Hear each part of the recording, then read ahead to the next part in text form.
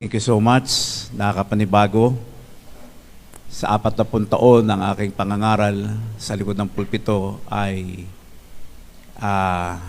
itong namimiss ko. At siguro may 6 na buwan na ako hindi nakakapag-preach sapagkat ako'y dumadaan sa mga pagsubok at karamdaman. Kaya sa akin, blessing araw-araw na may panibagong lakas at biyaya ng ating Panginoon. At gayon din, salamat sa mga awitin makalangit, nagbibigay ng comfort. Ako po ay may problema. Ang problema ko dati yung pangangati ng katawan. Nawala na yung pangangati. Ang pumalit naman ay insomnia. Na ilang araw na ako hindi nakatulog. Ngayong magdamag hindi ako nakatulog kahit anong pilit. Dahil nga po sa may problema sa insomnia. At humingi ako sa Panginoon lagi ng lakas. Kaya sa akin po ay blessing ang makatulog ka ng maayos, pero sana dumating ako sa puntos na maging maayos po lahat ang pagtulugan ho. So ako'y natutuwa at ako'y nagkaroon ng kakataon na mangaral ng salita ng Diyos. At ngayon po ay tumawag ako ng isang young people na magaling magbasa, si Ace. Pakibasa yung ating kukuhanan ng pangangaral. So bye-bye, dito po tayo kukuha ng ating preaching. Let's open our Bible in the book of Mark, chapter 2, and we will be reading verses 1 to 12. Ako na lamang po ang babasa. And again, he entered into Capernaum after some days, and it was noised that he was in the house. Verse 2. And straightway many were gathered together, insomuch that there was no room to receive them, no, not so much as about the door. And he preached the word unto them. And they come unto him, bringing one sick of the palsy, which was born of 4. And when they could not come nigh unto him for the press, they uncovered the roof where he was. And when they had broken it up, they let down the bed wherein the sick of the palsy lay. When Jesus saw their faith, he said unto the sick of the palsy, Son, thy sins be forgiven thee. But there were certain of the scribes sitting there, and reasoning in their hearts, Why doth this man thus speak blasphemies? Who can forgive sins but God only? And immediately, when Jesus perceived in his spirit that they so reasoned within themselves, he said unto them, Why reason ye the things in your hearts? Whether it is easier to say to the sick, the palsy, Thy sins be forgiven thee, or to say, Arise and taken up thy bed and walk. But that ye may know that the Son of Man hath power on earth to forgive sins, he hath said to the sick of the palsy, I say unto thee, Arise and take up thy bed, and go thy way into thine house. In verse 12, And immediately he arose, took up the bed, and went forth before them all, insomuch that they were all amazed and glorified God, saying, We never saw it on this fashion. Salamat po sa talata na ating pagkukuhanan ng ating mensahe. Ang title po ng aking message na ianda patungkol sa aklat ng Mark chapter 2, 1 to 12 ay The 4 kinds of people who made a difference. The 4 kinds of people who made a difference. At ito ko po ritong people na 4 na ito yung pong tumulong sa lumpo na yung kanyang dinadalang bed ay pagtulong-tulungan nilang 4 na ito ay ilapit sa ating Panginoon. Tayo muna po yung manalangin, dakilang Diyos. Salamat po sa iyong mga talata. Tunay na ang kahirapan ng buhay ay hindi lang sa panahon ito, kundi maging sa panahon ninyo. Maraming may mga sakit, Panginoon, walang mga doktor, na hindi tulad ngayon, ang daming ospital, napakaraming doktor, pero sa panahon, Panginoon ninyo, mismong kayo, ay kinukulang po dahilan sa walang mga nag-aral na pagiging doktor, walang gamot, Panginoon, walang mga malalaking ospital kung saan may mga problema sa body, doon sila pupunta. Kaya sa kanila, blessing na kayo ay mamit, at blessing na marinig nilang may nagpapagaling, at ito'y walang iba kundi po kayo, Panginoon. Kaya noong mga panahon na yon, Naramdaman ko na ang mga tao, minsan lang ito mangyari. Ang miracle ninyo for healing ay dinadagsa siya ng mga tao at maaaring doon ay nag-uunahan po sila, mga magulang, mga young people, mga bata, iba't ibang uri po ng mga may sakit, Panginoon, ang nandoon at minsan lang sa kanila dumating ang power of healing. Sapagkat, Panginoon, lahat nung paman ay may karamdaman ng tao. Sakit talaga ang number one, Panginoon, nung unang panahon. Lalo na po sa panahon ito, bagamat maraming ospital, maraming doktor, maraming gamot, pero ganun pa man, Panginoon, padami din ng padami pa ang nagkakasakit, iba-iba nga po lamang. Kaya Lord, sana makakuha kami ng lesson sa talatang ito, nakapulutan po namin ang aral, Ama. Pagpalain niyo po ang oras na ito sa pangalan ni Jesus. Amen. Okay, ito po yung kwento, alam na natin ito na tungkol sa lumpo. Ang isa sa pinakamahirap na karamdaman ay yung ikaw ay lumpo. Meron kang gustong puntahan, hindi ka makaalis. Kasi lumpo ka eh. Maliban ko ay buhatin. At ngayon, nakaraming iba't ibang uri ng mga sakit ng mga tao, mga kapatid. Meron naman sa walang paningin, malabo ng mata. Meron naman po mga kapatid na kailangan i-dialysis para maging maayos po ang kanilang takbo ng kanilang dugo. Iba't ibang uri po ng mga karamdaman. Pero mapalad pa rin ngayon sa panahon ito, alam niyo kung bakit? If you will study this, ang pagkakaiba ng panahon ni Kristo at ngayon, noong panahon na yon, walang gaanong mga doktor. Walang mga doktor na pupuntahan ng tao na kapag may sakit ka, punta tayo kay Doc, punta tayo sa ospital, bumili tayo ng gamot sa Mercury Drug. Wala po noong panahon na yon. Hindi katulad sa panahon ito, na nandito na halos lahat, pera lamang talaga ang kailangan pag ikaw po ay nagkakasakit. Marami tayong mga doktor, marami tayong mga ospital, marami tayong mga gamot para po isupply sa ating karamdaman kung ano man po yan.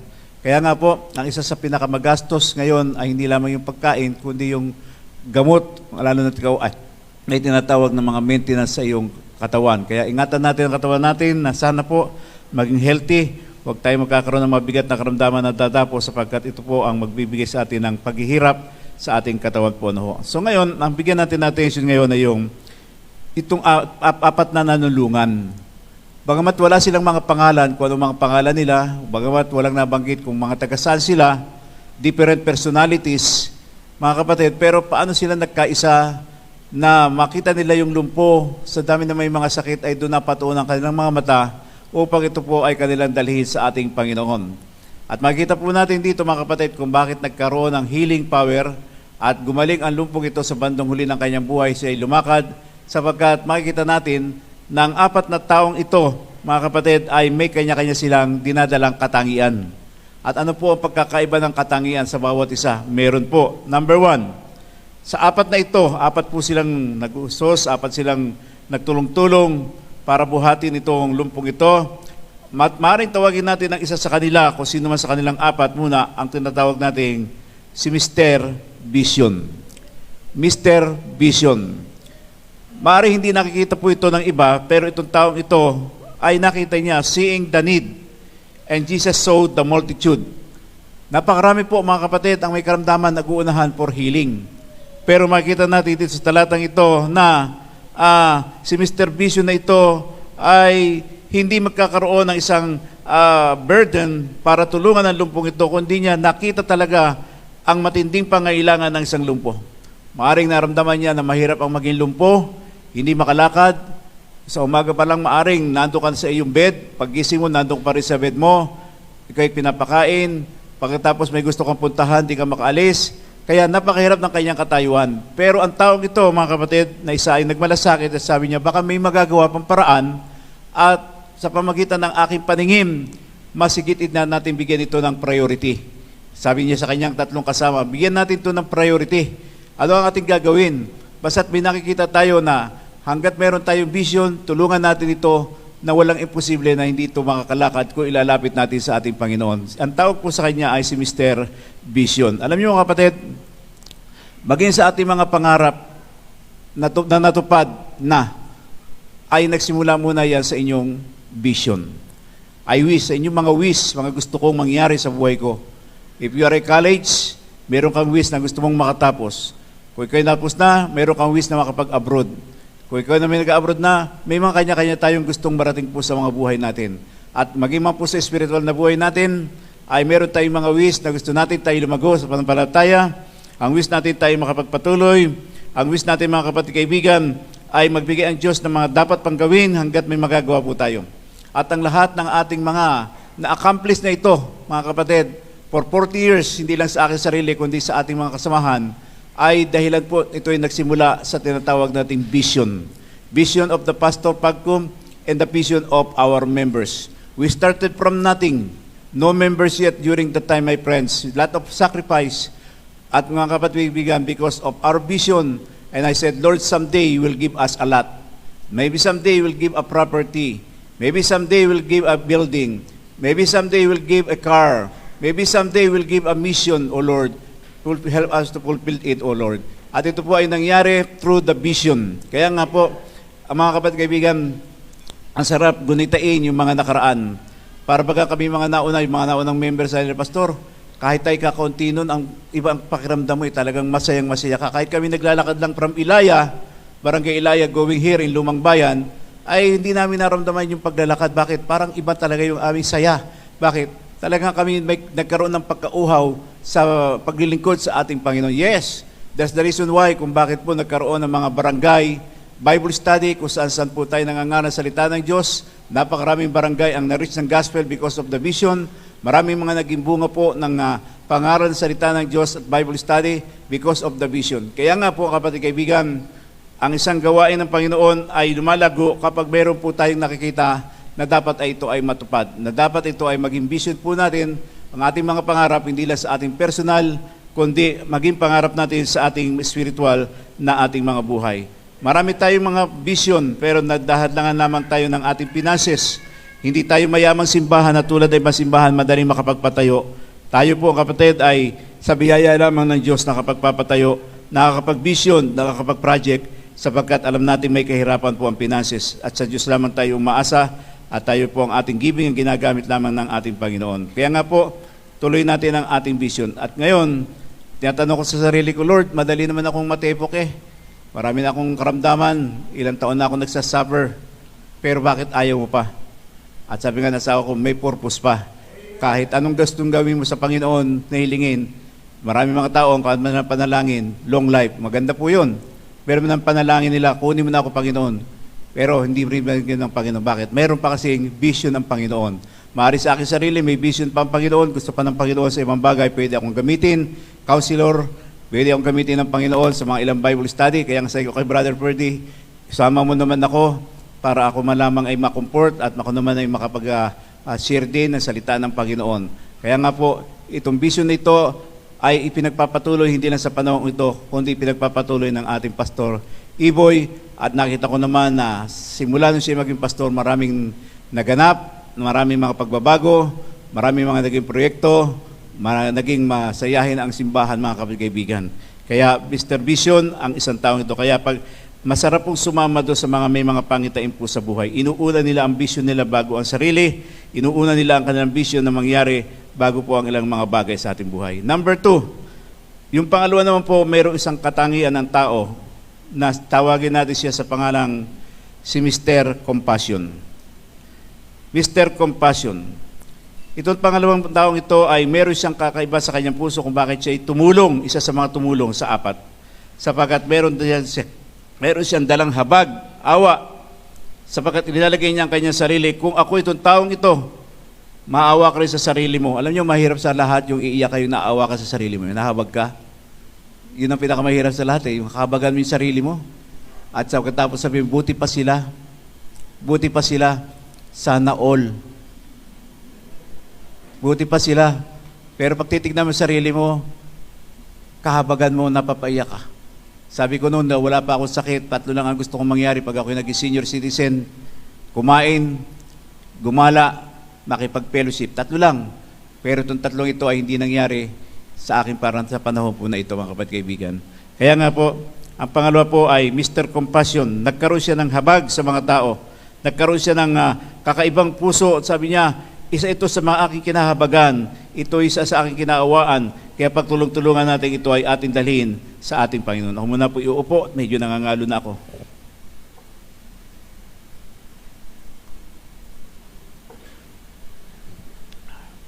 Nangangalo na po ako, hindi ako makatagal. Pagkat may problema po ang aking talampakan, manhid. Okay. Mr. Compassion. Yung lumpong yun ay naglalarawan ng mga tao na sa ganung kalagayan ay kahabag-habag, kaawa-awa. At kailangan mayroong magtulong-tulong at magdala.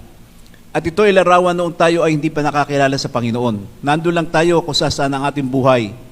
Walang nagdadala, walang nagmamalasakit, walang nangangaral, walang nagtuturo. Pero dumating yung panahon na tayo ay nakapakinig.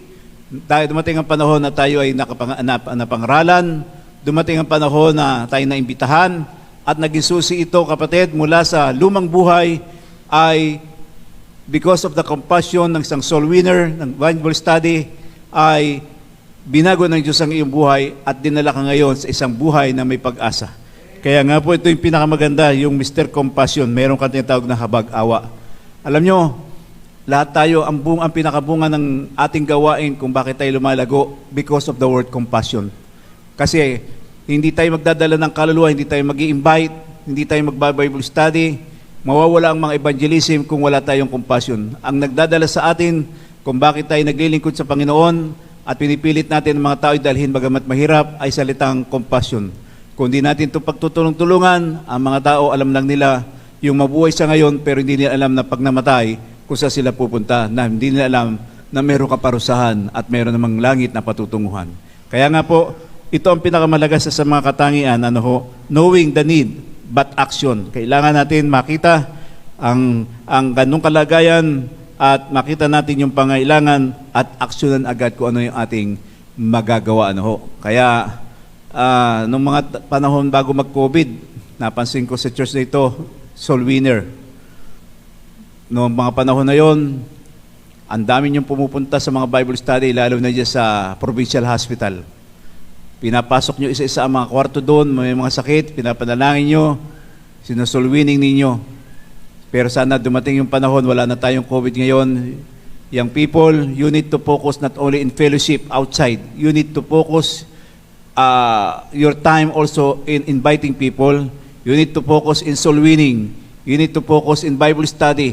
We need to spend a time para po doon. Hindi masama ang paglabas, ang fellowship sa labas, okay lang yan. But don't forget, ang isa sa pinakamasaya at ang isang pinakamalaga sa paningin ng Diyos na programa ng simbahan ay ang soul winning. Amen? Pag ang soul winning po ay nawala, kapatid, nakakalungkot yan. Kinakailangan po ang soul winning po, ito po yung ating special delicacy. Ito yung ating special ng ating simbahan kung bakit tayo lumalago, kung bakit tayo nakakapagmisyon, kung bakit tayo nakakahayo, sapagkat kapag ito ang nakatatak sa puso nating lahat, sa panguna ng ating pastor, ay ako'y naniwala marami pang maliligtas. Bagamat mahirap ngayon sa panahon ito, pero hindi natin trabaho na tayo ang magligtas. Ang trabaho lang natin tayo mag-soul winning at ang magliligtas ay ang ating Panginoon. Amen? Ito ang dahilan kung bakit tayo ay nabago ang buhay. May nagtiyaga sa atin. Kayo nakakaalam kung sino ang umakay sa inyo sa Panginoon. Kayo nakakaalam kung sino ang nag-share sa inyo sa ng Diyos. Kayo nakakaalam kung sino nag-follow up sa inyo. Kayo nakakaalam kung sino ang ginamit na instrumento ng ating Panginoon. At hindi ka magkakaganyan bilang isang Kristiyano kung walang nagmalasakit, kung walang nagmahal sa iyong kaluluwa. At sana palitan din natin. Kaya nga sabi ni Paul, I am a debtor to the Jew and to the Greek. Ako may pagkakautang, kailangan kong ito'y bayaran. Yung utang na loob, utang na loob ay kailangan ko maisukli ito sa aking pag-aakay sa ating mga mahal sa buhay. And we need compassion. Kailangan natin ito, yung habag, yung awa. Kaya nga po, sa ating church, nangingibabaw ang compassion, hindi po yung paghatol.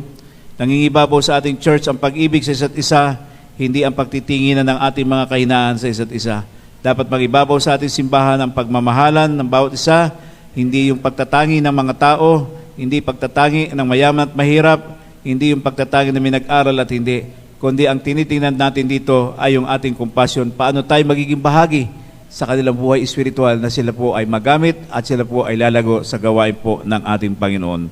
Kaya ang isa rito, Mr. Compassion tayo. Yan ang isa sa mga katangian natin. Tiyaga. Sabi nga, ministry daw ho'y tiyaga lamang. Totoo po yun. Tiyagaan po lamang. Mahirap ang ministry. Mahirap maglingkod sa Diyos. Maraming sagabal. Mga kapatid, marami. Pero sa kabila po nito, bakit nakapagpatuloy? Because of the word, Mr. Compassion. Ang pangatlong katangian, isang lalaking tutulong para mapagtulungan nila itong lumpong ito dalhin sa Panginoon. Ang isang katangian naman ng isa ay hindi lamang siya si Mr. Vision, hindi lamang siya si Mr. Compassion, kundi ang pangatlo, siya po ay tawagin natin si Mr. Determination. Mr. Determination, not quitting, finding the way, a way go to the roof. Ibig sabihin ng Mr. Determination, not quitting. Nakita niya, kumbaga sa iba, wag na natin ituloy. Ang daming tao, masikip, mainit. Hindi tayo mapapansin dito, sino man tayo para pansinin. Paano tayo makakapasok doon sa loob? Ay, dito pa lamang sa labas, ay napakarami ng tao. Ito ang nakikita ng iba, quitting. Wag na. Sa iba na lamang tayo tutulong, sa ibang araw na lang tayo babalik, saka na lang. Pero hindi po yung ganun eh. Ang nangyari rito sa tao ito, yung pangatlo, sabi niya, yes, maraming hadlang, yes, maraming tao, yes, maraming negatibo ang ating niisip, but because of determination, we will go. Ano man ang mangyari, subukan natin, iba yung sumusubok kaysa hindi sumusubok, kapatid. Ha? Kaya sabi, subukan natin, dalhin natin sa Panginoon, tingnan natin. Huwag muna tayong sabihin natin na walang nangyari. Tingnan natin, magagawa natin. Alam niyo po, sa gawain ng Panginoon, kaya tayo dapat makapagpatuloy hanggat tayo ay meron pang determination. Hanggat meron pa tayong trust, hanggat meron pa tayong determination, mga kapatid. Ang isang kalaban ng determination ay discouragement. Ang isang kalaban ng determination ay, wika nga po, ay yung hindi ka makapagpatuloy. Kaya nga po, dapat tayo ay determined sa ating mga ginagawa. Salamat sa ating mga choir member, kahit na kayo'y malalayo, pero kayo'y may determination, gustong sumali, umawit sa Panginoon. Amen for that. Salamat sa mga Sunday school teacher, nagtitiis din yung iba, nagturo ng mga bata. Salamat sa kanilang determination. Salamat sa mga worker, sa kanilang determination. Salamat sa mga member, kayo nakakapagpatuloy because of your determination. Ito yung pinakamalaga sa atin sa panahon ito. You are determined. Kung ano man ang mangyari sa iyo, never quit, but finding a way and go to the roof. Sabi nila, kung titignan ko ito, tignan natin yung roof. Gagawa tayo ng kaparaanan. Hindi man tayo makapasok sa pinto, punong-puno ng tao, pero susubukan natin. Baka sakali lang. Baka sakali, finding a way. Sabi niya gano'n, Mr. Determination. Alam niyo ang tao, yung sa salitang determination, dito napapasok yung salitang pag gusto may, pag hindi gusto may, yan. Karamihan ng mga tao, yan ang ginagamit eh. Dalawang yan. Pag gusto, gagawan ko ng paraan kahit mahirap. Pag gusto, gagawan ko ng panahon makapunta. Pag gusto, gagawin ko yung magagawa ko. Pero pag hindi gusto, gagawa ng paraan. Gagawa ng excuses. Bakit? Hindi kasi gusto, mga kapit-kaibigan. Kaya ginagamit ng karamihan ng mga tao yung salitang busy. Isa lang ang salita ng tao, busy. O tahimik ka na pag sinalitang busy. Pero totoo, hindi talaga busy. Yun lang ang kanilang panangga sapagkat hindi sila interesado sa iyong mga paanyaya. Pero kapag ang tao ay interesado sa iyong paanyaya, kahit anong pagka-busy-busy niyan, ipapriority niya na kayo. Amen? Yun ang ibig sabihin na, but seek ye first the kingdom of God and His righteousness, and all these things shall be added unto you. Kaya nga po, mga kapatid kaibigan, maging determined po ang bawat isa po sa atin. Yung ating mga paniniwala, yung ating pagbibigay sa gawain ng Panginoon, yung ating magagawa, be determined, bagamat marami pong mga hadlang. Kaya sabi niya, hindi tayo papayag. Kahit na tayo may vision, kung di tayo pupunta doon, hindi natin pagsusumikapang lumapit, walang mangyayari. Kahit na ito ay meron tayong compassion, kaibigan, sabi niya, kung di naman tayo lalapit at susubukan natin at wala tayong determination, walang mangyayari. Ako naman, determined. Pagtulong-tulungan lang nating apat, tignan natin kung ano pang magaganap natin. Bahala na ang ating Panginoon. Ano ho? Ito yung pangatlong pangatangian ng isang tao. At ang panghuli po, ang tawag dito ay si Mr. Precision. Mr. Precision, meaning to say, the exactness to know exactly where to lay down the stretcher right where Jesus was. Ito po yung kanyang isang katangian, precision. Alam niya kung bakit? Kung wala siyang katangian na ito, maaring itong lumpong ito, pag dinala nila, siyempre, hindi naman iyong bahay yun eh. Siyempre, mahiya ka. Biro mo, sisirain mo yung bahay. Yung bubong, sisirain mo doon at yun ang naisip nyo doon para mapadali, doon padadaanin. Doon ni Jesus yung lumpo.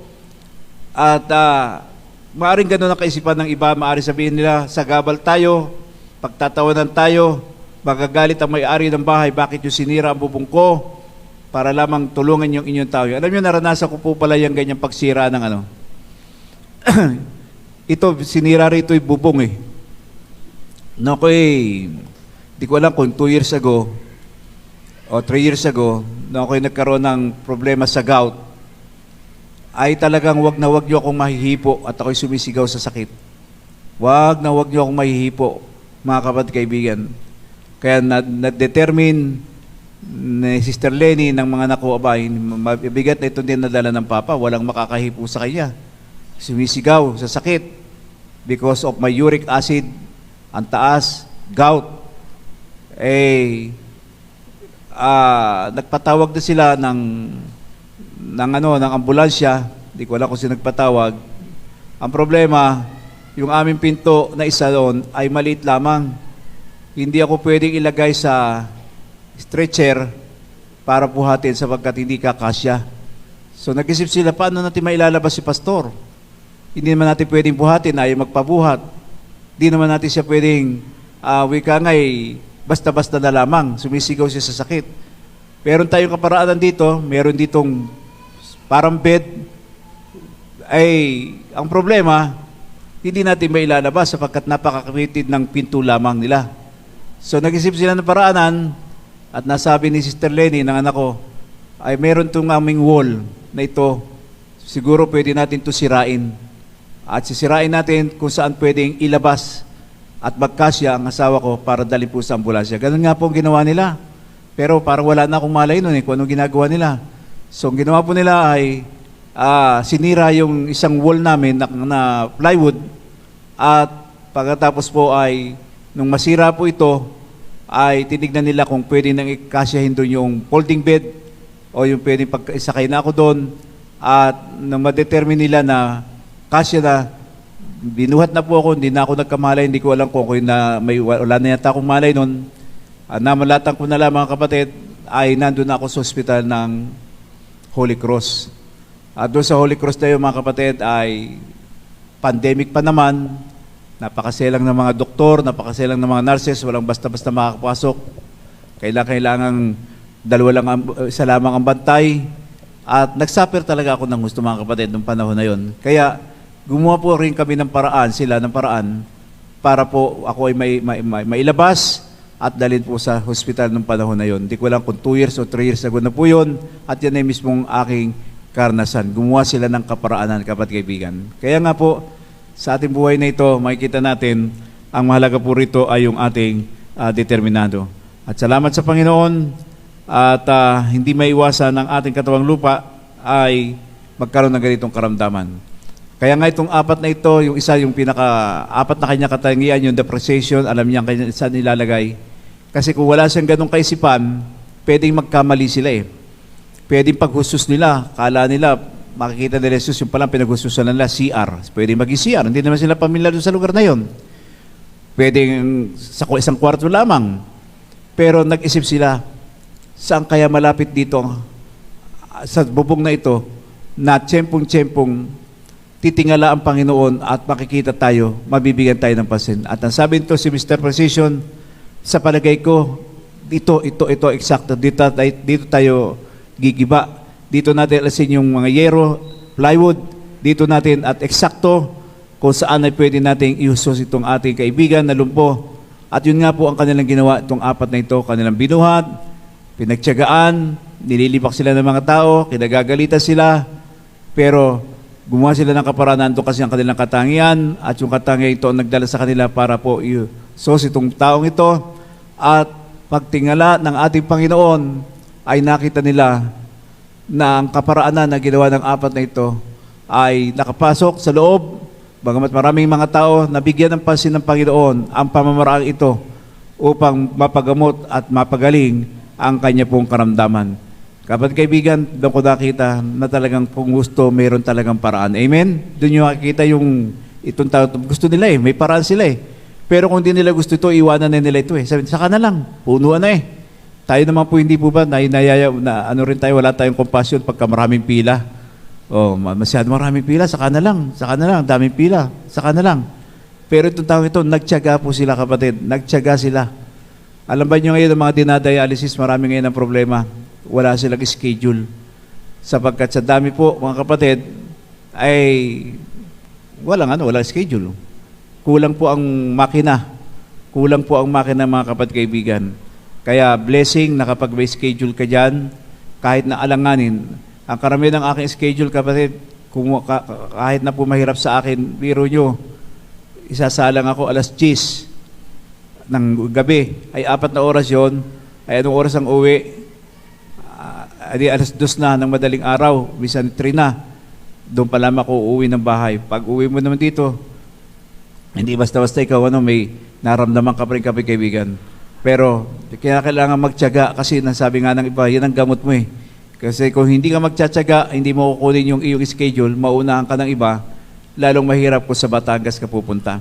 Lalong mahirap kung sa Maynila ka, sapagkat kulang at kulang po dito ang dialysis, mga kapatid kaibigan. Kaya nga ho, sanay, kaya lang sa balita, hindi ho papaunti, papadami daw ho ng papadami ang may mga sakit sa kidney. Yung iba, hindi lamang nila nyo natutuklasan daw dahil sa hindi nagpapacheck up, pero ang totoo daw niyan, maraming Pilipino ang may problema sa kidney. Kaya nga ho, wag sana po yan, sapagkat ang pinakamahirap sa lahat ay yung ikaw i-dialysis. Ito daw po, sabi na nung panahon na yun ni Marcos, naalala ko na si Marcos noon, President Marcos, si Marcos may sakit, dinadialysis. Doon ko lang narinig yung salitang dialysis. Ibig sabihin, sakit mayaman.